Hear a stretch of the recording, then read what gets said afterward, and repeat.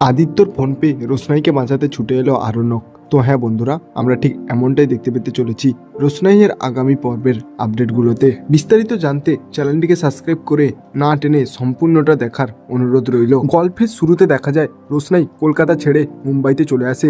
এবার সে কারুর দয়ায় বাঁচবে না, সে একাই জীবনযাপন করবে। তাই সে মুম্বাই এসে একাই অডিশন দিতে বেরিয়ে পড়ে এবং সে একটা জায়গায় অডিশনও পেয়ে যায়। সেখানকার স্যার বলে, আমি তো আপনার মতনই একটা মেয়ে খুঁজছিলাম, আপনি এতদিন কোথায় ছিলেন? রোশনাই তখন একটু হেসে বলে, আমি তো কলকাতায় ছিলাম, আমার একটু পার্সোনাল কাজ ছিল, তবে আমি এবার থেকে মুম্বাইতেই থাকবো। বলুন না আপনি আমাকে কবে অডিশন দিতে হবে? তখন স্যার বলে, আপনি বরং কাল আসুন, কাল 10টার সময় আপনার একটা অডিশন নিয়ে নেব। যেটা শুনে তো রোশনাই অনেকটা খুশি হয়ে যায়। সে হেসে হেসে রুম থেকে বেরোতে যাবে, এমন সময় পিছন থেকে একটা উকিল ডাক দেয়। রোশনাই প্রথমে রীতিমতো চমকে যায় এবং তাকে চিনতে পারে না। উকিলটিও তার কথার ছলে বলে কৌশলে রোশনাইকে বিশ্বাস করাতে থাকে। সে বলে, আপনার বাবা রঞ্জন প্রসাদ যখন বেঁচে ছিলেন তার সমস্ত প্রপার্টি, জায়গা প্রপার্টি সমস্ত কিছু আমার নামে করে দিয়ে গেছিলেন, আমাকে সমস্ত কিছু দেখভাল করার জন্য রেখে দিয়ে গেছিলেন।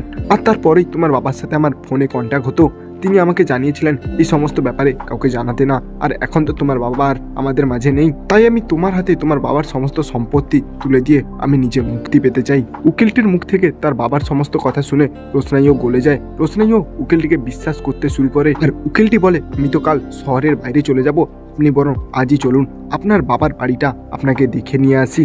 আর রোশনাই তখন প্রথমে না বললেও ঠিক তারপরে রাজি হয়ে যায় উকিলটির কথায়। আর উকিলটি তখন রোশনাইকে তার বাবার বাড়ি দেখাবে বলে শহরের বাইরে একটা ঘরে নিয়ে আসে এবং সেখানে তাকে বন্দি করে রেখে দেয়। আর এদিকে যখন সকাল থেকে সন্ধ্যা হয়ে যায়, রোশনাই যখন বাড়ি না ফেরে তখন আদিত্য কাপুর একটু চিন্তা করে এবং সে খোঁজ করে রোশনাই, এবং এই ব্যাপারটি পুরো আদিত্য কাপুর ফোন করে অরণ্যককে জানায় এবং অরণ্যকও তাড়াহুড়ো করে তখনই বেরিয়ে আসে মুম্বাই আসার জন্য।